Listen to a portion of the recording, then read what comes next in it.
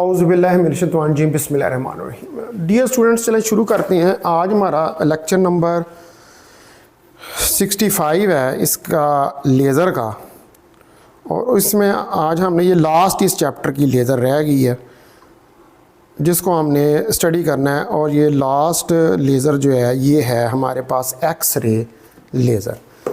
तो ये जो एक्स रे लेज़र है इसकी एप्लीकेशंस, कंस्ट्रक्शन, इंट्रोडक्शन सारा कुछ हमने पढ़ना है। तो पहले इंट्रोडक्शन जो है वो हम इसका देखते हैं। तो एक्स रेज जो है, as we know that, can be suitable choice as a laser media in which the gain can be demonstrated at different discrete wavelengths ranging from 3.56 nanometre to 4.6 nanometre. तो इसमें इस लेज़र के अंदर x raise जो हैं ये एक suitable choice हो सकती है गेन मीडिया के लिए। तो एक्स रेज, ठीक है जी, एज वी नो, तो एक्स रेज जो हैं जैसा कि हमें पता है can be a suitable choice for laser media। तो एक्स रेज जो है कि सूटेबल चॉइस हो सकती हैं एज लेज़र मीडिया इन विच, जिसके अंदर इन विच गेन, जिसके अंदर जो गेन है कैन बी डिस्क्राइब्ड, जिसको हम डिस्क्राइब कर सकते हैं at different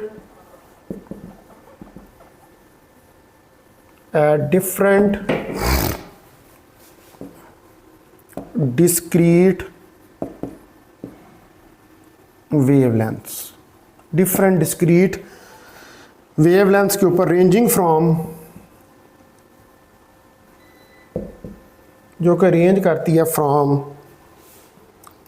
3.56 nanometre to 46.9 nanometre तक। Till recently plasma produced by extremely high temperature laser was used to get population inversion. तो रिसेंटली ये जो है वो प्लाज्मा जो है वो प्रोड्यूस की गई है by extremely high temperature laser से, जिसमें पॉपुलेशन इन्वर्जन जो है उसको हासिल किया गया। तो X-ray laser produce with in such plasmas are obtained. तो इस तरह की एक्सरे जो प्रोड्यूस होती हैं प्लाज्माज के अंदर टिल रिसेंटली, अभी रिसेंटली जो है प्लाज्मा प्रोड्यूस्ड, प्लाज्मा जो है वो प्रोड्यूस हुई है by extremely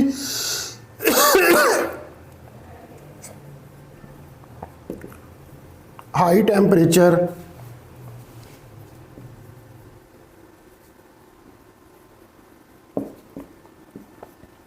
laser was used to get population inversion।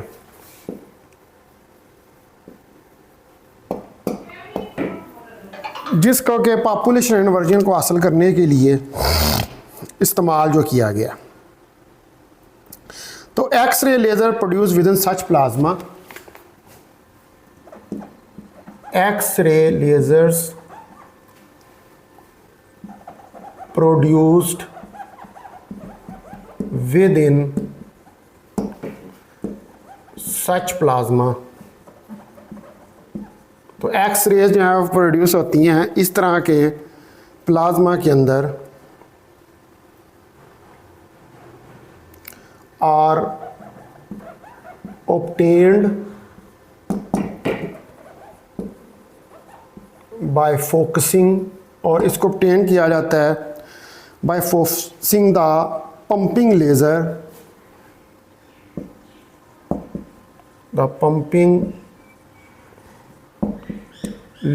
to solid target.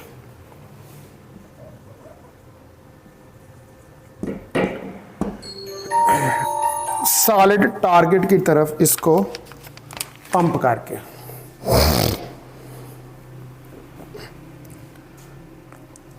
तो pumping laser is obtained by using A cylindrical lens. तो पंपिंग लेज़र जो है इसको हम obtain करते हैं सिलेंड्रिकल लेंस की मदद से।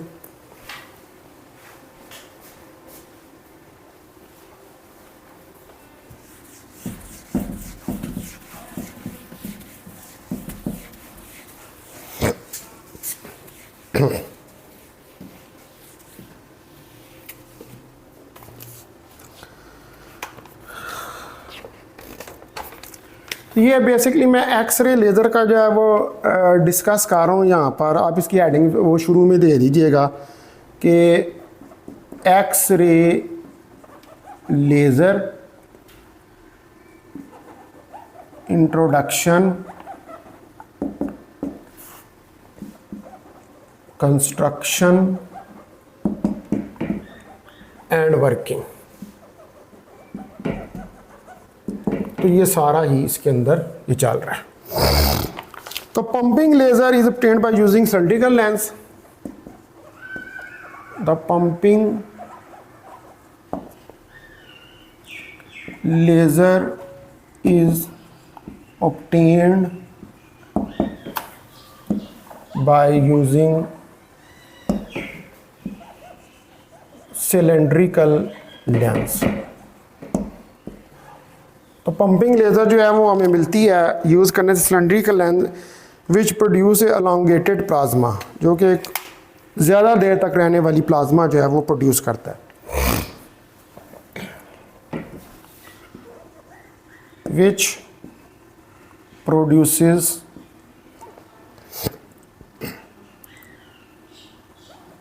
elongated प्लाज्मा, जो एक elongated प्लाज्मा का प्रोड्यूस है। The solid target is composed of a material. The solid target is composed of a material. तो आपका जो सॉलिड टारगेट है that is composed of a material comprising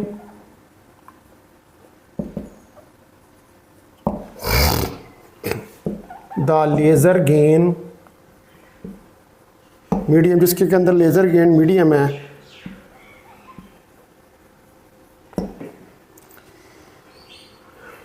in similar way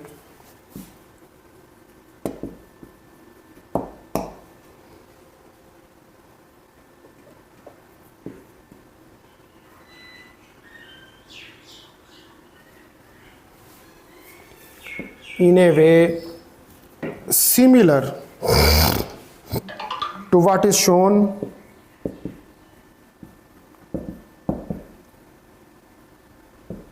in figure 1, जो कि figure 1 में दिखाया गया। तो अब हम देखते हैं कि ये फिगर 1 क्या है।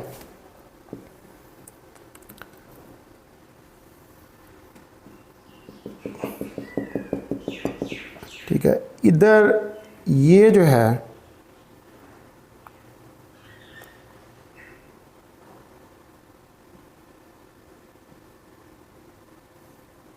ये एक लेज़र प्लाज्मा है और यहाँ से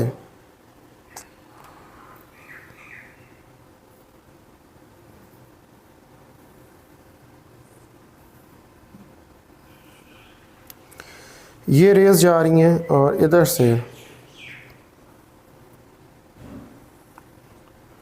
भी ये रेस जा रही है और इधर जो है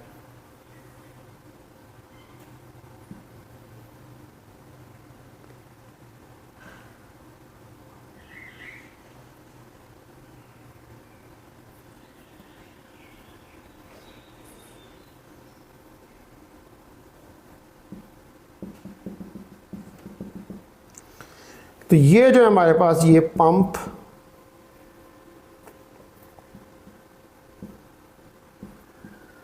लेज़र है। तो ये हमारे पास फिगर है कंस्ट्रक्शन ऑफ एक्स-रे लेज़र। ये आपके पास कंस्ट्रक्शन है एक्स-रे लेज़र की फिगर 1 के अंदर।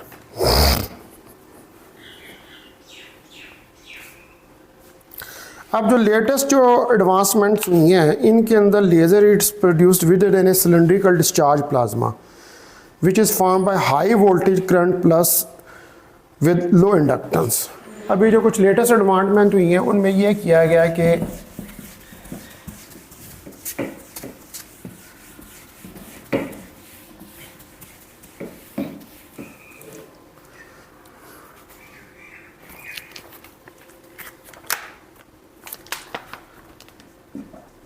the laser is produced latest advancement के अंदर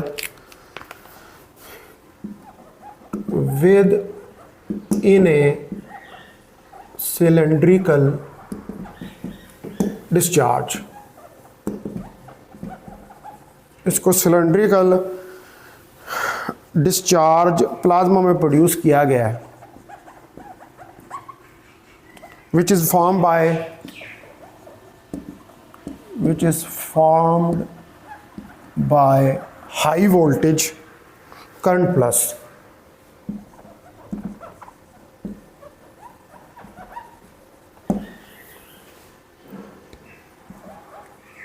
current pulse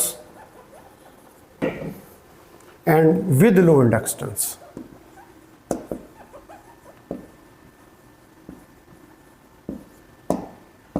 यानी कि हाई वोल्टेज करंट यूज़ की गई है पल्स, लेकिन इंडक्टेंस उसकी लो है। तो maximum output of a few millijoules और even of a few microjoules can be achieved from a X-ray laser. तो एक्स-रे लेज़र से जो है वो आपको जो आउटपुट ऑब्टेन होगी, आउटपुट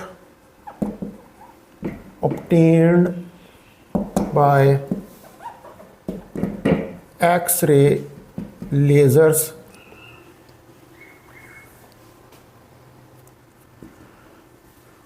ranges from, तो ये रेंज करेगी आपके पास मिली जूल्स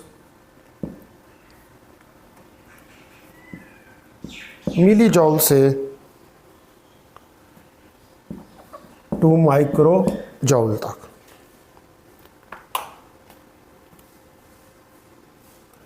तो जो पहली एक्स-रे लेज़र थी was demonstrators was in highly ionized selenium by removing 24 electrons. तो पहली एक्स-रे लेज़र जो थी उसको जो डिमॉन्स्ट्रेट किया गया था वो ये किया गया था कि 24 इलेक्ट्रॉन्स को आयोनाइज्ड सेलेनियम में से निकाला गया था बाहर। तो पहली एक्स-रे रेजन के अंदर क्या यूज़ किया गया था, हाईली आयोनाइज्ड सेलेनियम को यूज़ किया गया था, जिसमें से रिमूव किए गए थे रिमूविंग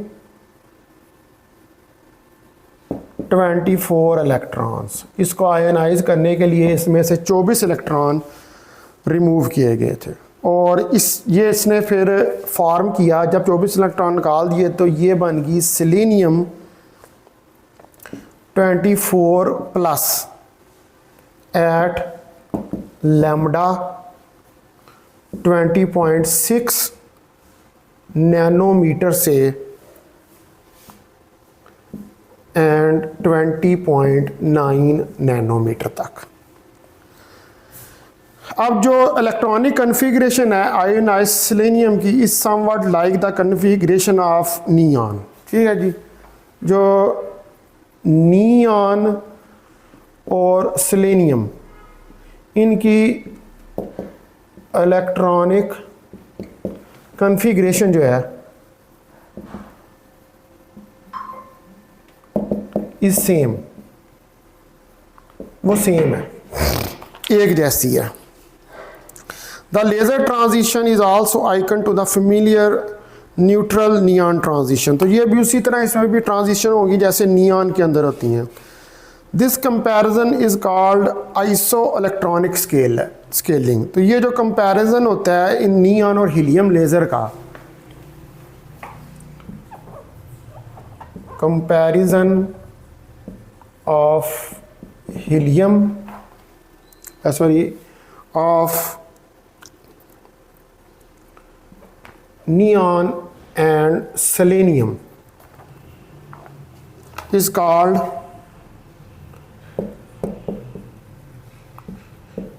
isoelectronic, इसको हम कहते हैं isoelectronic scaling।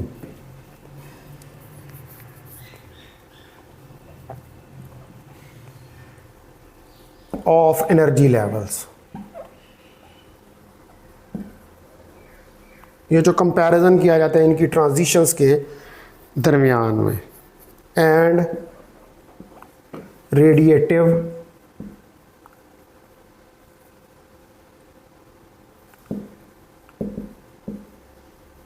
ट्रांजिशन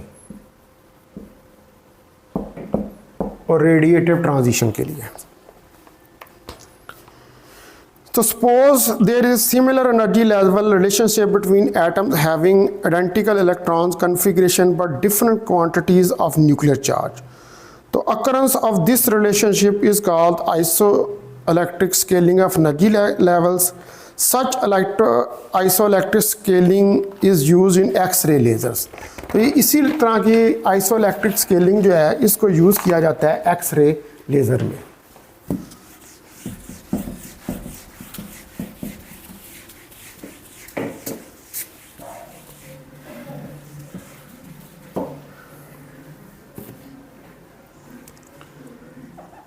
सच आइसोइलेक्ट्रिक, तो इस तरह की जो आइसोइलेक्ट्रिक स्केलिंग है is used in X-ray lasers. तो इसको एक्स-रे लेजर्स में यूज़ किया जाता है। तो जो लार्जेस्ट सेपरेशन है between energy levels of neutral atom is 24.6 electron volt for helium. तो largest separation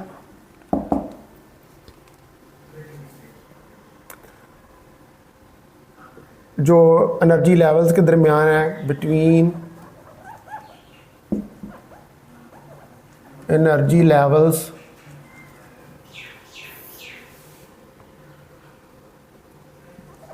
for a neutral atom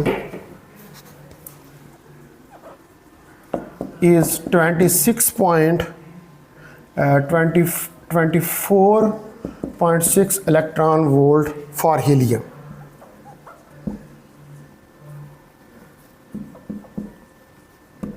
helium के लिए विच कॉरस्पॉन्ड टू ए वेवलेंथ, जो कि कॉरस्पॉन्ड करती है किस वेवलेंथ पे, लैम्डा 50.4 नैनोमीटर के ऊपर।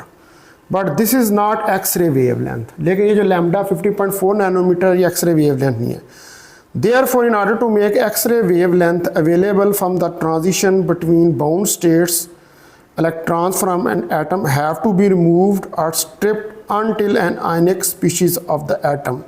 यानी कि हमें एक्स-रे बनाने के लिए फिर इलेक्ट्रॉन्स को रिमूव करना पड़ता है। तो but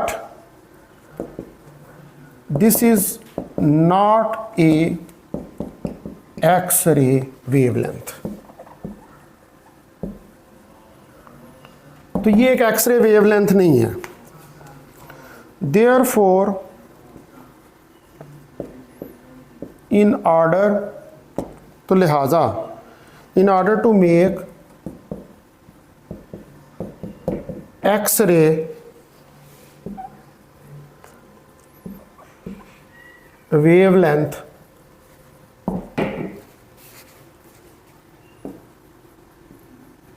available from transition between bound states, यानी कि जिनमें इलेक्ट्रॉन जो हैं वो बाउंड्स हैं, उनके अंदर ट्रांजिशन चाहिए। Electrons from an atom, electrons from an atom. तो जो इलेक्ट्रॉन्स हैं एक एटम में से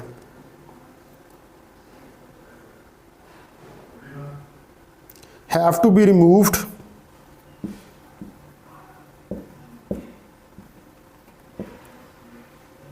तो उनको एटम में से रिमूव करना पड़ेगा until an ionic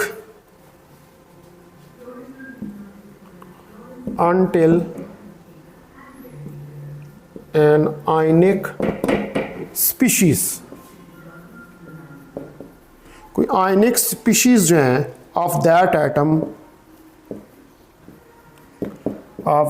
atom which contain energy level separation,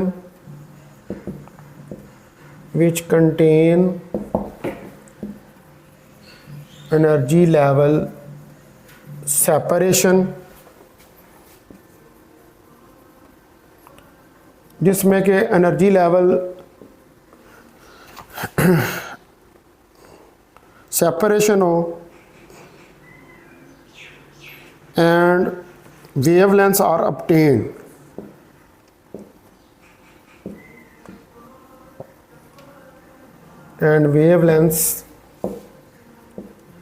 are obtained, और आपको वेवलेंथ्स जो हैं वो जो मिलें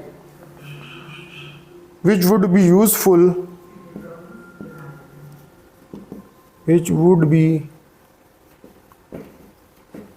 useful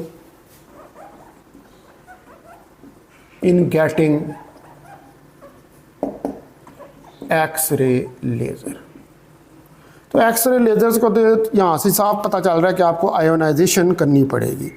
the first X-ray laser was gas discharging pumping was in like neon like argon at wavelength of 46.9 nanometre. तो जो पहली एक्सरे लेज़र जो है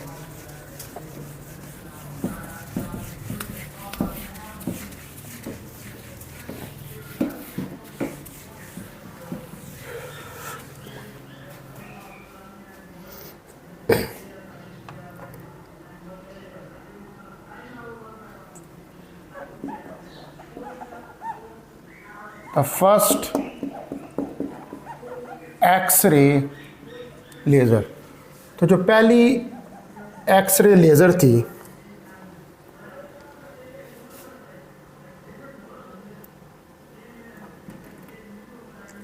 with gas discharge pumping, gas discharge pumping के साथ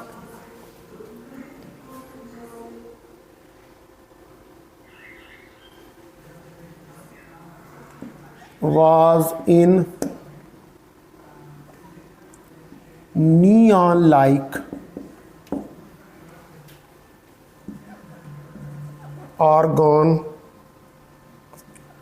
या AR8 plus at lambda 46.9 nanometre, इस wavelength पर बनाएगी।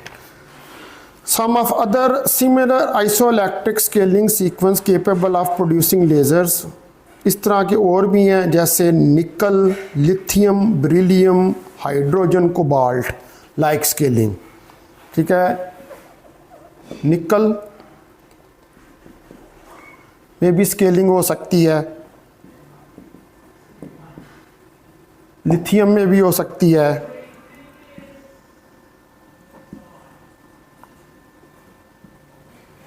बेरिलियम जो है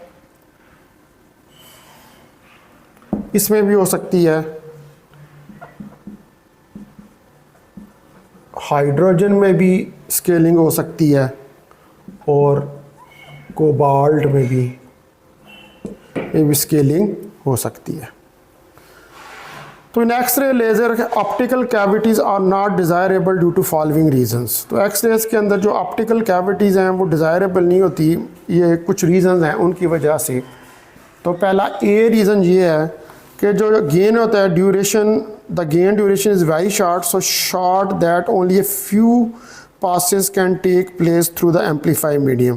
क्योंकि गेन जो ड्यूरेशन होता है वो बड़ा स्मॉल होता है, इसलिए जो हमारे पास एम्पलीफाइंग मीडियम है उसमें से जो डिस्चार्ज गुजरता है वो बहुत कम होता है। और जो नंबर ऑफ पासेस होते हैं वो डिपेंड करते हैं how close the reflectors are placed in the medium, कि रिफ्लेक्टर्स जो हैं वो कितने एक दूसरे के करीब रखे गए हैं। तो द गेन मीडियम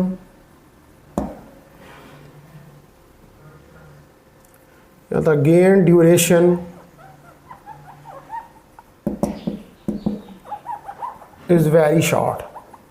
तो गेन ड्यूरेशन जो है वो बहुत शॉर्ट होता है, और इतना शॉर्ट होता है, so short that only a few passes जो होते हैं टेक प्लेस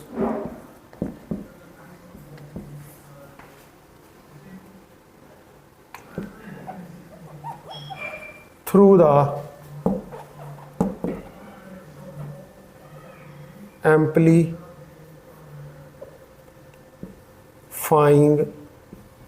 मीडियम।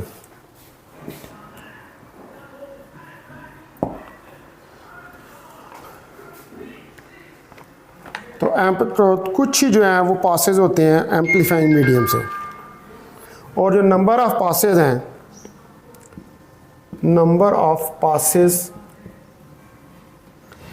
जो नंबर ऑफ पासेस हैं ये डिपेंड करते हैं how close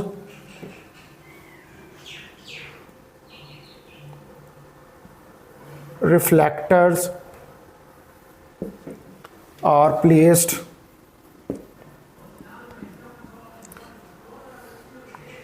to the medium, कि जो रिफ्लेक्टर्स हैं वो मीडियम के कितने नज़दीक प्लेस किए गए हैं। और बी नंबर के ऊपर ये है कि if the mirrors are located too close, the intention of getting more passes through the amplifier, the intense X-ray radiation from the plasma will damage the reflectors। अगर बहुत ज़्यादा क्लोज रख देंगे तो फिर जब पास गुजरेंगे तो वो इतने ज़्यादा पासेस गुजरेंगे कि जो एक्स-रे रेडिएशन है प्लाज्मा से वो रिफ्लेक्टर्स को डैमेज कर देगी। ठीक है, इफ़ रिफ्लेक्टर्स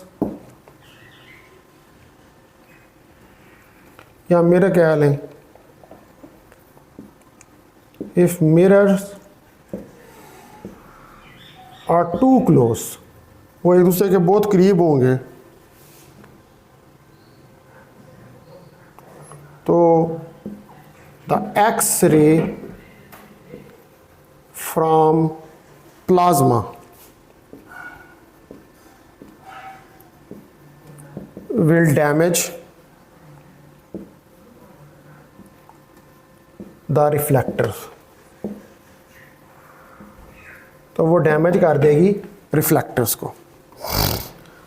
उसके बाद सी नंबर पे reflectors which can withstand the saturation intensities of these are yet to be develop. तो ऐसे रिफ्लेक्टर्स के जो विथस्टैंड करें इन लार्ज इंटेंसिटीज़ के साथ, वो अभी तक नहीं बनाए जा सके। Reflectors which can withstand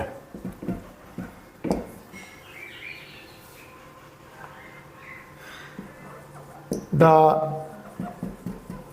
saturation intensities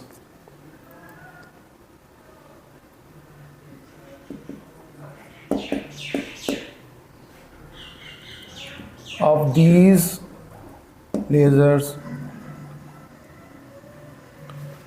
are not yet developed।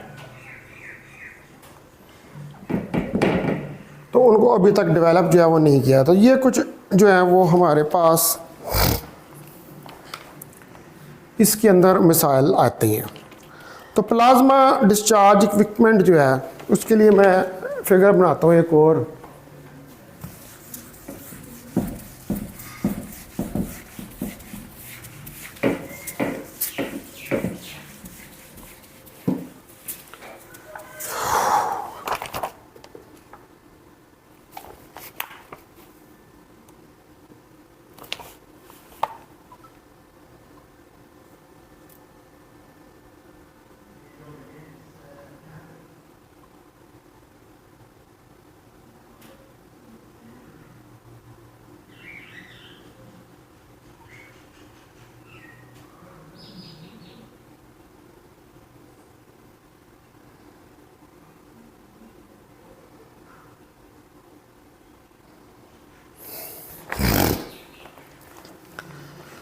तो जो हमारे पास है द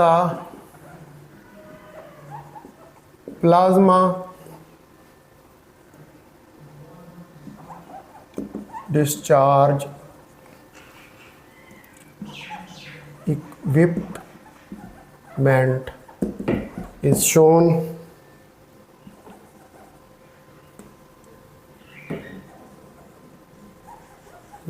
in figure 2। इसको फिगर 2 में हमने दिखाया है। तो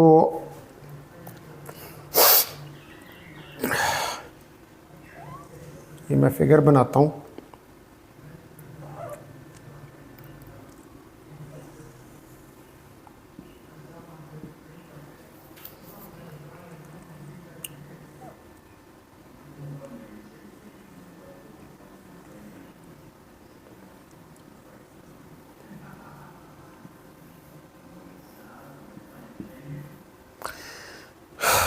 ठीक है जी। अब यहाँ से जो है हमारे पास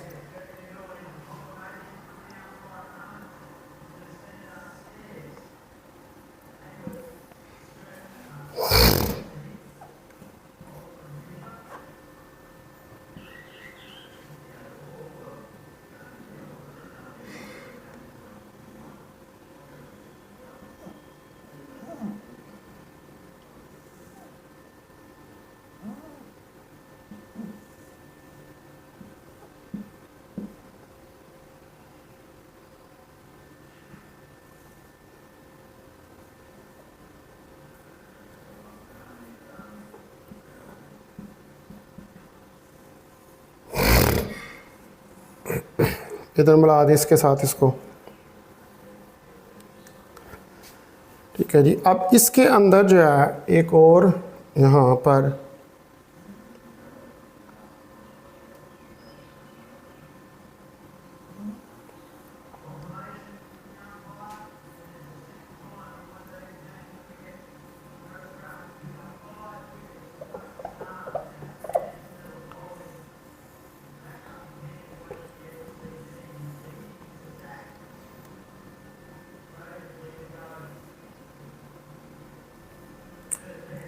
इधर से इसको इसके साथ मिला दें, यहाँ से इसको इसके साथ मिला दें और इधर से ये एक निकल आया। तो ये आपके पास यहाँ पर जो है ये वाली चीज़, ये लिक्विड डाई इलेक्ट्रिक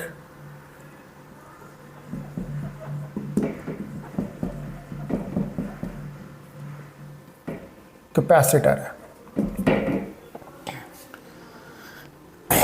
ठीक है जी। उसके बाद इसको आगे बढ़ाएं और यहाँ से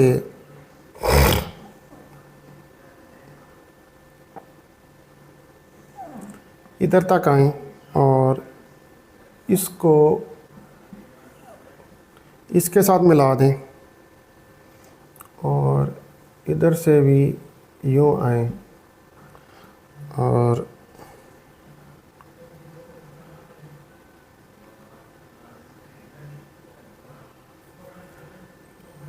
इसको इसके साथ मिलाना है और इधर भी इसको इसके साथ मिला दें।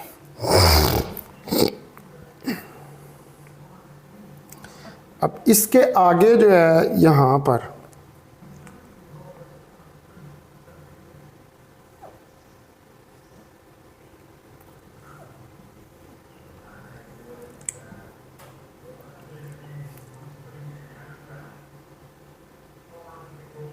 इसको इसके साथ मिला दें और यहाँ से इसके अंदर ये एक पंप आ जाएगा।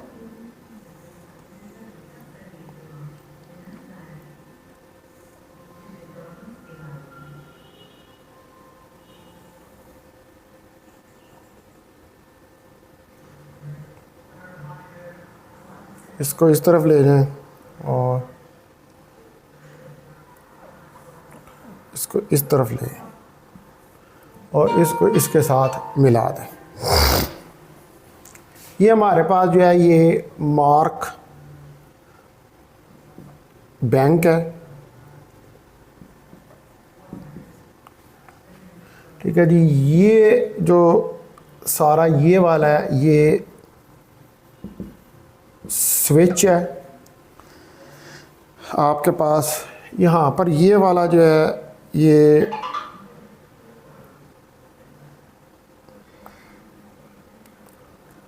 ये सारी जो है ये कैपिलरी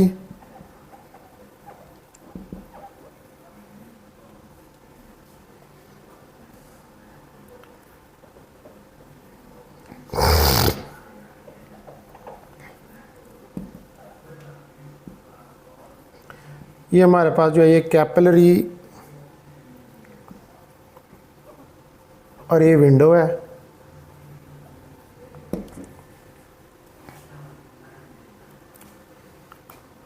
ये वाला जो है यहाँ पर ये वैक्यूम आपके पास पंप है। ये भी इधर जो है ये वाली ये भी कैपिलरी है।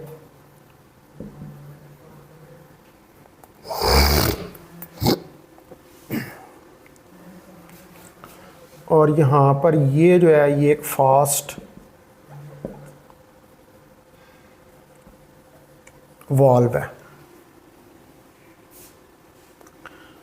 और ये जो लगी हुई है यहाँ पर ये एक रॉगविस्की कॉइल है। Rogowski coil.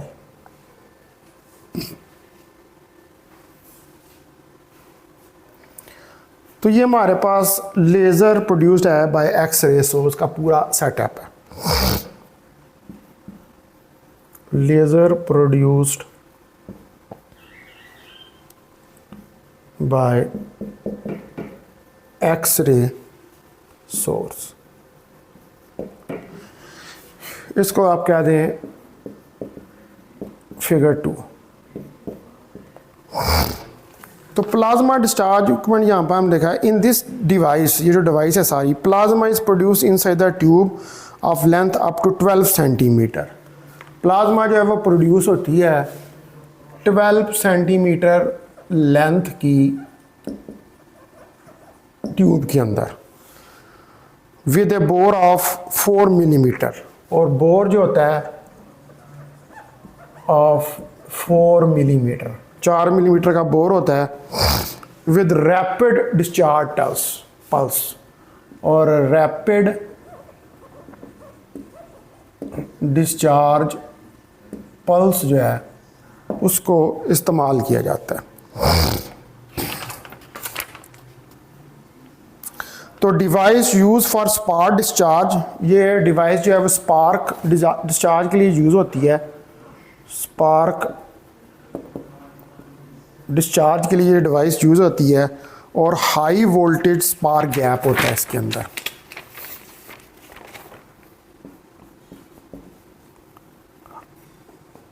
High voltage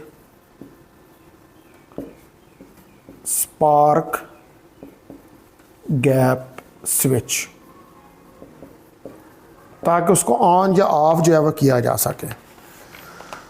तो कैपिलरी डिस्चार्ज ट्यूब और a parallel plate liquid dielectric capacitor with low inductance. तो इसके अंदर जो कैपिलरी डिस्चार्ज ट्यूब है और पैरेलल प्लेट, ये जो लिक्विड डाइलेक्ट्रिक कैपेसिटर लगा हुआ है, इसकी लो इंडक्टेंस होती है। तो marks bank generator charges the dielectric capacitor, ये जो मार्क्स बैंक जनरेटर लगा हुआ है ये डाइलेक्ट्रिक कुछ कैपेसिटर को चार्ज करता है बाय जनरेटिंग हाई वोल्टेज, जिसकी वजह से हाई वोल्टेज मिलता है। It is then discharge the capillary by spark gap, और फिर ये डिस्चार्ज होता है कैपिलरी से स्पार्क गैप की वजह से, जो कि प्रेशराइज होता है विद SF6 गैस। ये फ्लोरीन फ्लोराइड गैस इसको प्रेशराइज किया। The discharge current is monitored by Rogowski coil, और जो रेगोसी कायल है उसकी वजह से डिस्चार्ज करंट जो है उसको मॉनिटर किया जाता है। तो अब इसकी रह के पीछे एप्लीकेशंस।